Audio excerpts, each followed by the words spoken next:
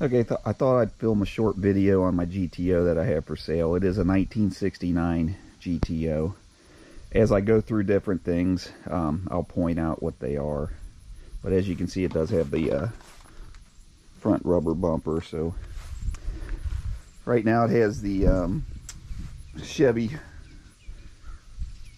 rims on it. I do have a set of 5 rally rims for Pontiacs that I redid a couple years ago.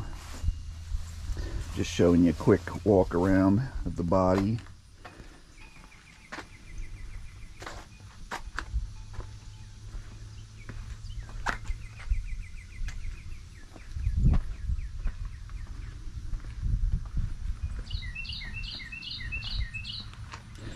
It's not ram air, so these hood scoops are solid. Just doing a close-up on the wheel wells. You can see some surface rust is just now starting. Probably because I had to sit it outside for the last 2 months. It's been in pretty much climate control. But you can see, unless it's hiding something under the chrome, it's in pretty good shape. A little bit in there. Mostly surface. Some mud I gotta get out. A little bit starting here. Looks like it has a little bit of a minor dent here. It's starting to rust, maybe some Bondo. But you can see it's still in pretty good body shape. Here's the other side.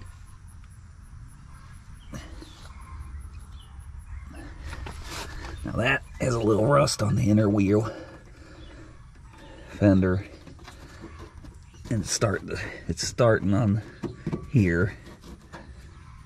That's the rear driver's side.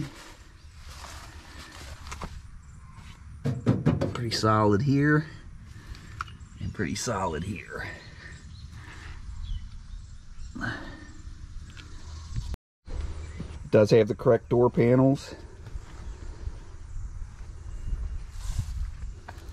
Both sides. They're in pretty good shape. They need some cleaning. Back seat is correct. Front seats are 1970, so they would be needed some reupholstering. But it does have the movable headrest, and the seats do fold forward. There's the button back here. So here's the dash. So it looks like the person before me had painted over the gold dash. It was originally a gold exterior and gold interior. It does not have air conditioning. It's missing either a tack or a clock. I think that was an option. It is showing 58,726 miles.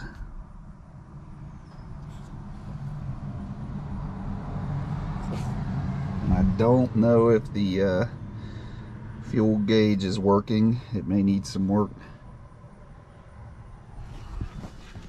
I don't know what these switches were for. They're unhooked. It does have this aftermarket. I'm pretty sure it works, but it may need some adjusting. Here's the steering wheel. I do have the cover for this. I think I was messing with it because I think it couldn't get the horn to work, or the turn signal, that there's a plastic piece that broke. I can't remember because I haven't messed with it in a while. Glove box. And on the console, it's a 3-speed automatic. It's the turbo TH350. The console, I guess they had a fire extinguisher here. That's what those holes are for. I do have the knob. I don't think I have the glass here anymore, but I can look. But here at the console, I do have the door and the insert here. I was just trying to get it. I guess they had to cut it out for they had made it a a 4-speed, and then they switched it back, so I had to readjust and get this console in the right area. Things like that. It does have the sun visors, it's mirror, the light, top part's upholstered. The back could use a little work right there. I don't have the armrests for these panels. I think I do have the window rollers, but I have to look.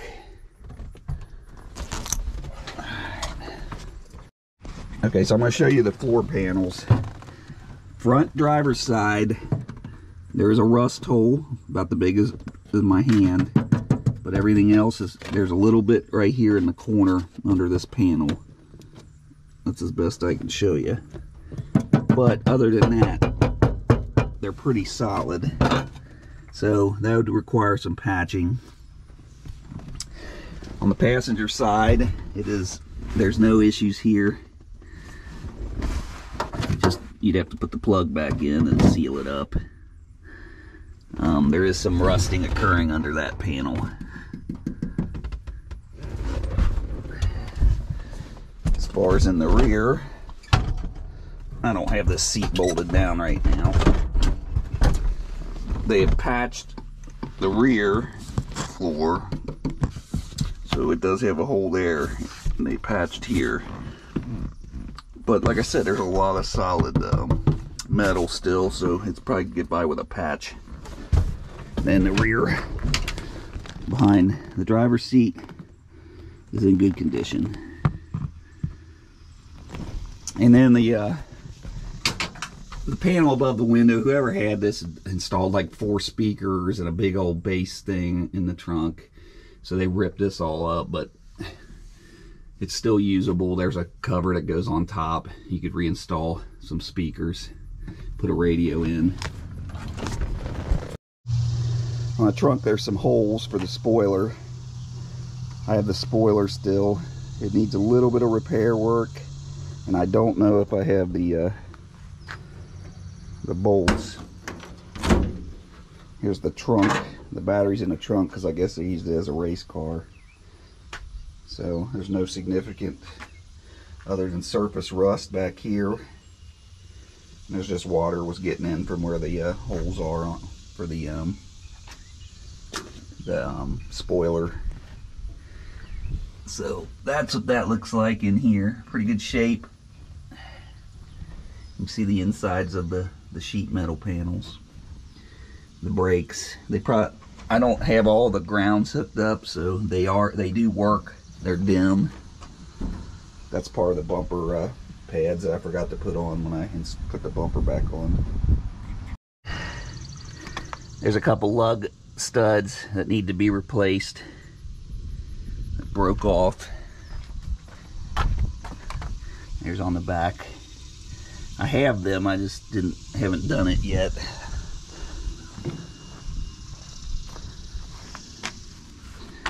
Yeah, I think those are just the only.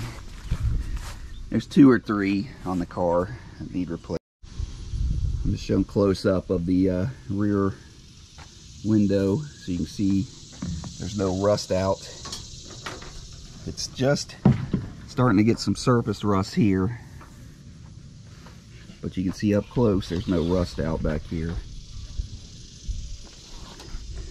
And on the front, the posts.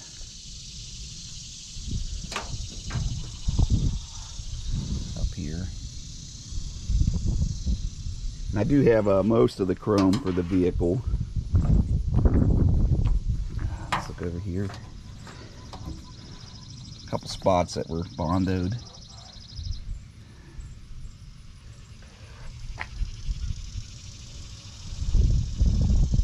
Yeah, I got the chrome for all this on the door and stuff. It's just stored in the garage. And this is one of those mirrors that, you know, if you have the wire in there, I got another one for it somewhere. So all that comes with the car. I'm gonna start it up. Okay, so this is the engine bay. Got some good hood hinges.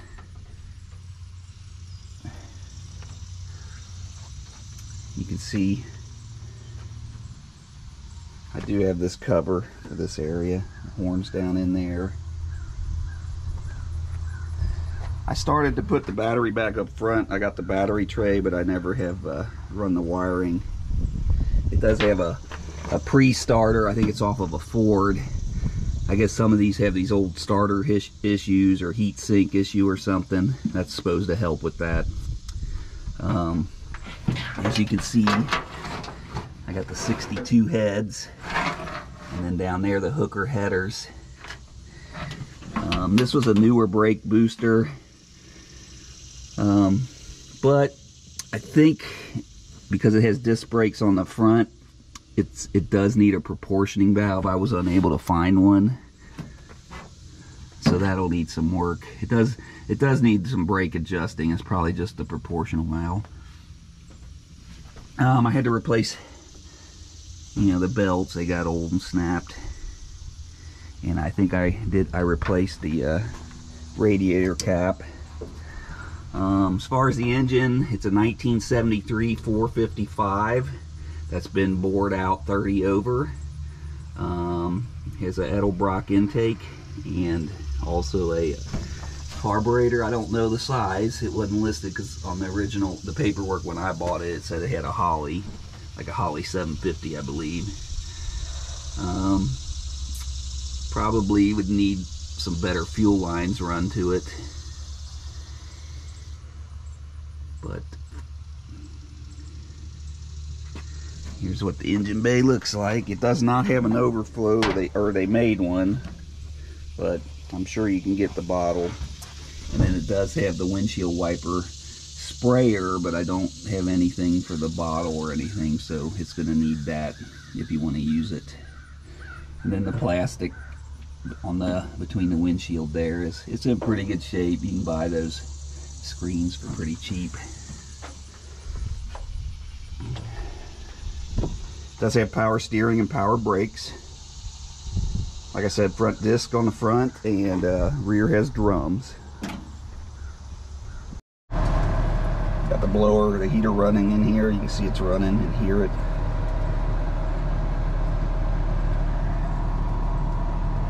Light working. Turn that off. There's the bin plate.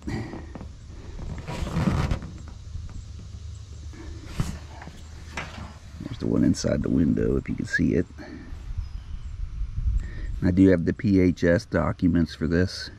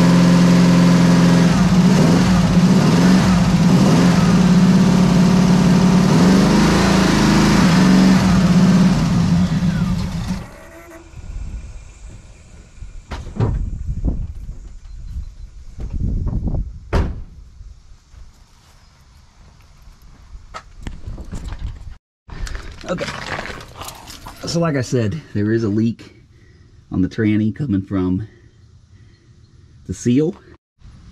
Back there are the ladder bars. You can see the frame here. It's in pretty good shape. Sorry about the lighting, it's the best I can do.